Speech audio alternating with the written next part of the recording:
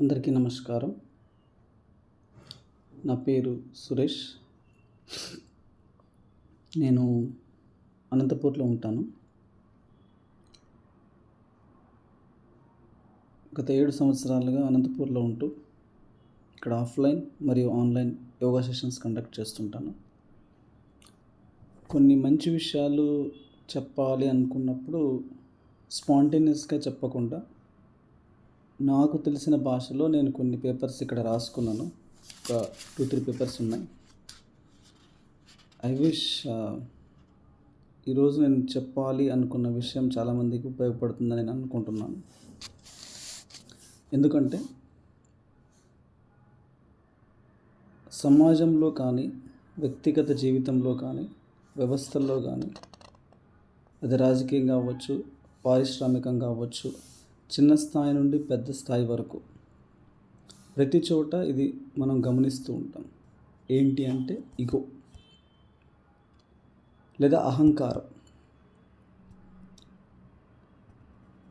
అహంకారం అనేది ఇంకొకరిని డామినేట్ చేయడం అనొక్కటే కాదు, చాలా ఫామ్స్లో ఉంటుంది. దాన్ని సాంస్క్రిట్లో దాని స్టేజెస్ అది ఎలా వస్తుందంటే అవిద్య, అస్మిత, రాగ, ద్వేష, అభినివేశ. అంటే అవిద్య, ఇగ్నోరెన్స్, మనం కాని దాన్ని మనం అనుకుంటాం. దాని చేత ఐడెంటిఫై అయినప్పుడు దాన్ని అస్మిత అంటారు. రాగ, అటాచ్మెంట్ పెరుగుతుంది. అటాచ్మెంట్ పెరిగినప్పుడు స్ట్రాంగ్ లైక్ కానీ డిస్లైక్ కానీ ఏర్పడుతుంది. అభినివేశ అంటే ఫియర్ ఆఫ్ చేంజ్, ఆ ఇష్టపడింది వెళ్ళిపోతుందేమో, లేకపోతే fear of suffering, fear of death, ఇలా ఉంటుంది. నెక్స్ట్, ఇగో అనేది మనిషికి ఎంత ఉపయోగపడుతుందో అదేవిధంగా కొన్ని చోట్ల దాన్ని పక్కన పెట్టి ఆలోచించే శక్తి లేనప్పుడు అహంకారం విచక్షణను కోల్పోయే విధంగా చేసి ఆ వ్యక్తి యొక్క జీవితాన్ని చిన్నాభిన్నమయ్యేలా చేస్తుంది. ఇది భార్యాభర్తల మధ్య, తల్లిదండ్రులు మరియు పిల్లల మధ్య, అత్తాకోడళ్ళ మధ్య, అన్నదమ్ముల మధ్య, లేదా 2 లేదా అంతకంటే ఎక్కువ కులాల మధ్య, లేదా మతాల మధ్య, లేదా 2 దేశాల మధ్య, ప్రతి చోట ఈ భేదాభిప్రాయాన్ని మనం చూడవచ్చు. సో కొన్నిసార్లు ఇగో అవసరం అవుతుంది, కొన్నిసార్లు అవసరం లేదు. కానీ ఆ స్పష్టత రావడానికి చాలానే శ్రమించాల్సి ఉంటుంది. ఎన్నో జీవితం పైన సరైన స్పష్టత లేకపోవడం వల్ల ఎన్నో అసమానతకు, హింసకు, అశాంతికి మనం గురవుతాం. సమాజంలో జరిగే హత్యలు, ఆత్మహత్యలు, గృహహింసలు ఎన్నో చూస్తుంటాం. Ego, what is the root cause of ego? అహంకారం అనేది ఎక్కడ పుడుతుంది? మనం పుట్టుకకు పూర్వమా, లేదా మనం పుట్టిన తర్వాత, లేదా మనం పుట్టినప్పుడా? మనిషి యొక్క జీవితం మొత్తం 5 దశల్లోగా ఉంటుంది. అన్నమయ కోశ శారీరకంగా, మనోమయ కోశ మానసికంగా, ప్రాణమయ కోశ శక్తిపరంగా, విజ్ఞానమయ కోశ కాస్మిక్ ఇంటెలిజెన్స్ అంటే విశ్వం మనతో కమ్యూనికేట్ చేసే జ్ఞానం, ఆనందమయ కోశ బ్లిస్ అంటారంటే. ఇది ఓన్లీ స్పిరిచువల్ ప్రాక్టీసెస్ చేసేవాళ్ళు మాత్రమే ఈ బ్లిస్ని ఎక్స్పీరియన్స్ అవుతారు.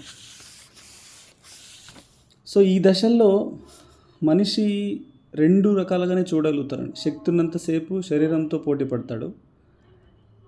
మానసికంగా కొంచెం తగ్గిన తర్వాత, శారీరకంగా కొంచెం తగ్గిన తర్వాత ఇగోతో పోటీ పడతారనమాట. సో మార్క్స్ అవ్వచ్చు, శాలరీస్ అవ్వచ్చు, వాళ్ళకి ప్రాపర్టీస్ ఎక్కువ ఉన్నాయి, మాకు ప్రాపర్టీస్ తక్కువ ఉన్నాయి, ఇలా రకరకాలుగా. మనం పుట్టిన వెంటనే మనకు ఒక పేరు. మనకు అంటే మన శరీరంలో ఉన్న మనకు కాదు, గుర్తుపెట్టుకోండి. మనకు అంటే మన శరీరంలో ఉన్న మనకు కాదు.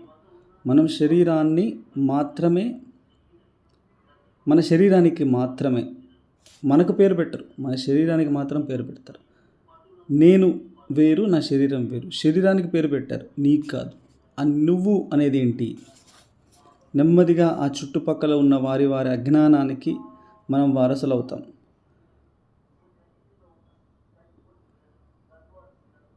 అందులో భాగంగా ఫలానా కులమని, ఫలానా మతమని చెప్తారు. నిజానికి మనం తల్లి గర్భంలోకి రాకముందే అభౌతికమైన నిరాకారమైన రూపంలో మనం ఉంటాం. చాలామందికి ఇది అర్థం కాకపోవచ్చు. ఉదాహరణకు, మీరు ఉంటున్న ఇల్లే తల్లి గర్భంగా అని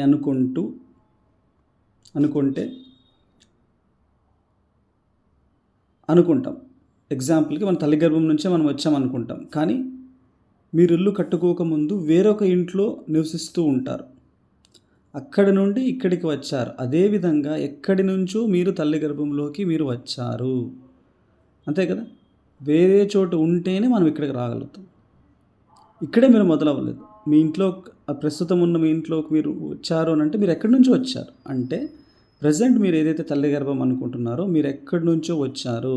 ఆల్రెడీ మీరు ఉన్నారు కాబట్టి అక్కడికి వచ్చారు. లాజికల్గా దీన్ని ఎవరు విభేదించలేరు.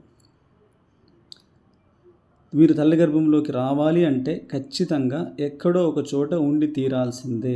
అలా ఉంటేనే మీరు తల్లి గర్భంలోకి రాగలరు. అక్కడ నుంచి చుట్టుపక్కల ఉన్న సమాజం, నువ్వు కాని దాన్ని నువ్వు, ఇప్పుడు నీ పేరు అనేది నువ్వు కాదు, నీ శరీరానికి పెట్టిన పేరు మాత్రమే. నీ పేరును నువ్వు కాని నీ కులాన్ని, నువ్వు కాని నీ మతాన్ని ఆపాదిస్తూ వస్తుంది. అజ్ఞానంతో మనం స్వీకరిస్తాం. యుక్త వయసు వచ్చినా మనం ఏంటి అని మనం తెలుసుకోలేము. ఇప్పుడు నీ కులాన్ని ఎవరో కించపరిచేలా మాట్లాడతారు అనుకోండి, మనం స్పందిస్తాం లేదా బలంగా రియాక్ట్ అవుతాం.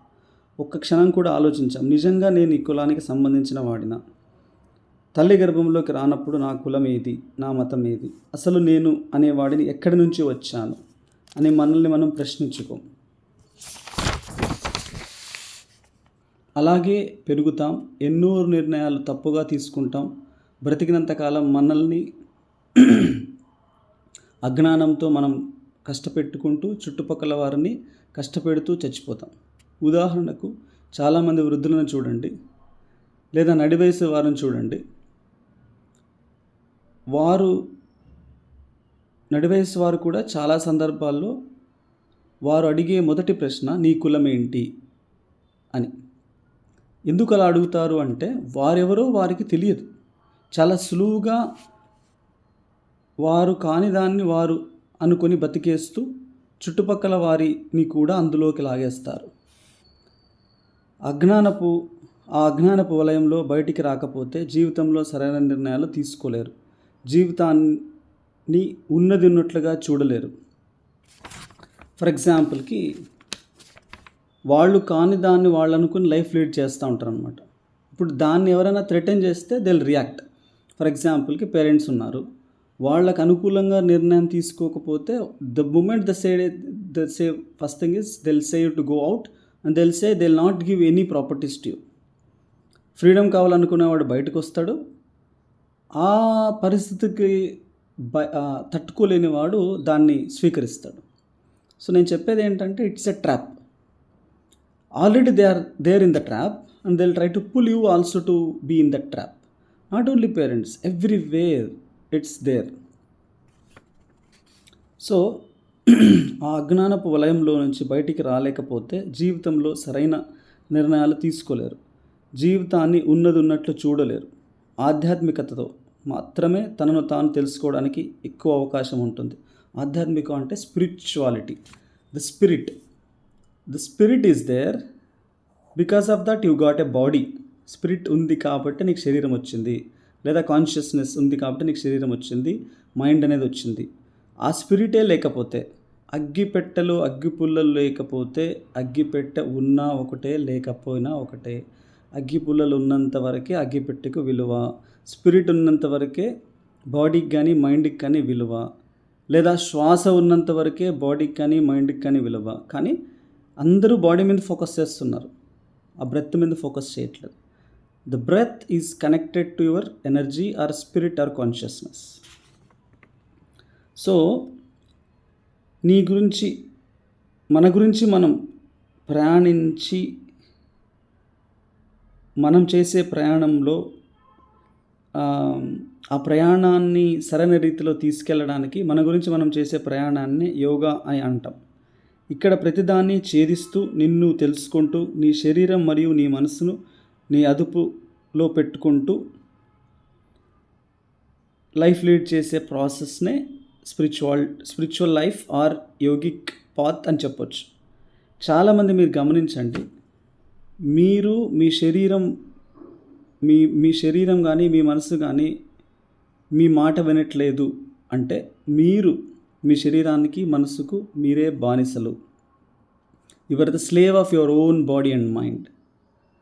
డోంట్ థింక్ దట్ నీకు హోమ్ ఉంది, శాలరీ ఉంది, అన్నీ ఉన్నాయి. No, it's not like that. You don't know you are the slave of your own body and mind.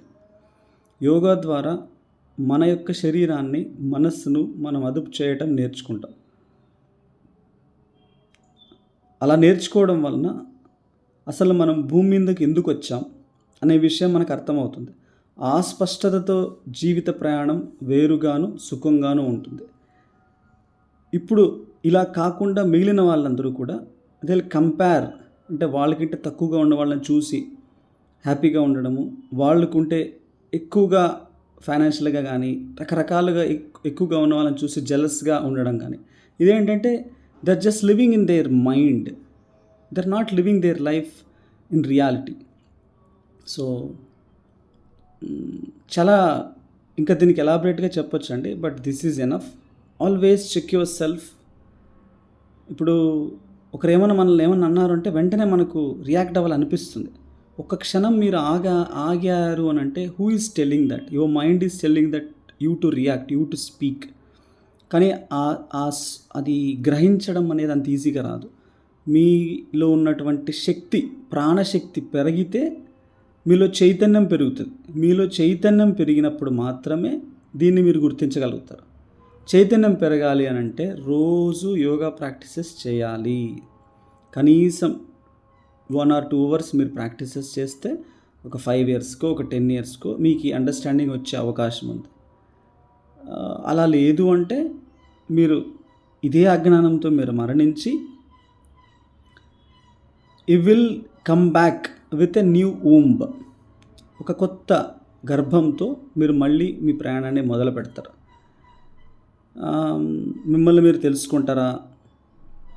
మళ్ళీ అజ్ఞానపూరితమైన జీవితాన్ని లీడ్ చేయడానికి మీరు ఇష్టపడతారా అనేది మీ ఇండివిజువల్ చాయిస్.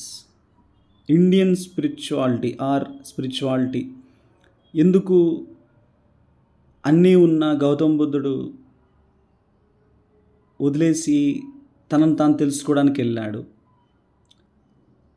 నేను వెళ్తున్నాను అని అంటే I'm there in the path అండి. ఇప్పుడు నేను మీకు క్లాసెస్లో కనిపించే విధంగా కింటే కొన్ని 100 రెట్లు నాకు డెప్త్ ఉంది, బట్ అన్నిటినీ నేను చెప్పలేను. చాలా క్లోజ్ పీపుల్కి మాత్రమే నా గురించి అర్థమవుతుంది. బట్ ఇప్పుడు నేను చూస్తున్నది ఏంటంటే చాలామందికి ఇన్స్టెంట్గా కావాలి. They are just slaves of the body and mind. అంటే కమిట్మెంట్ ఉండదు, ఫోకస్ ఉండదు, ఎనీథింగ్ కెన్ డిస్టర్బ్ దెమ్. ఇప్పుడు నేను చెప్పాను కదా, స్పిరిట్, బాడీ, మైండ్. అంటే బాడీ మైండే వాళ్ళని ఆడిస్తోంది.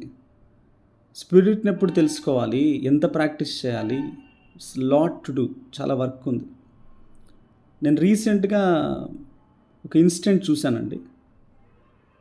ఒక అబ్బాయి కొన్ని అంతస్తుల మీద నుంచి కింద దూకి ఆత్మహత్య చేసుకున్నాడు. పోలీసులు వచ్చారు. చూసిన వెంటనే నేను కిందికి దిగి వచ్చి చూసిన వెంటనే కరెక్ట్గా నేవల్ దగ్గర, అంటే స్వాదిష్టాన ఆర్ మణిపూరక గట్టిగా వైబ్రేట్ అయింది. గమనిస్తున్నాను. నాకు భయంగా ఉంటుంది, but still I go and face it. అందరూ దూరంగా ఉంటున్నారు. సో అబ్బాయిని బెడ్షీట్స్ మీదకి షిఫ్ట్ చేయాలి, లిఫ్ట్ చేసి స్ట్రెచర్ మీదకి పెట్టాలి. ఎవరు రావట్లేదు. ఎందుకు చెప్పాల్సి వచ్చిందంటే ఆ ఇగో వలన వచ్చే కాన్సిక్వెన్సెస్కి అబ్బాయి బలైపోయాడేమో అనిపించింది. అంటే wrong way of life, wrong understanding. ఆ అబ్బాయిని ఎవరికో ఒక అతనికి చెప్తే ఆయన భయపడుతున్నాడు అనమాట. నేను వెళ్ళి కాలు పట్టుకొని జస్ట్ లిఫ్ట్ చేద్దామని చూస్తే ఆ తొడ భాగానికి కింది భాగానికి, అంటే మోకాళ్ళ దగ్గర కనెక్షన్ ఉంటుంది కదా, ఆ కనెక్షన్ లేదు. చేతికి రక్తం అవుతుంది. ఒక సైడ్ అంతా కపాలం పగిలిపోయింది, రిబ్స్ అన్నీ పగిలిపోయి ఉన్నాయి. హీస్ నాట్ లైక్ చాలా చాలా డిఫరెంట్గా ఉంటుంది అది మీరు చూస్తే. ఒక 2-3 డేస్ సరిగ్గా నిద్ర పట్టదు, తినాలనిపించదు. ఇట్లాంటివి చాలా ఇష్యూస్ జరుగుతాయండి.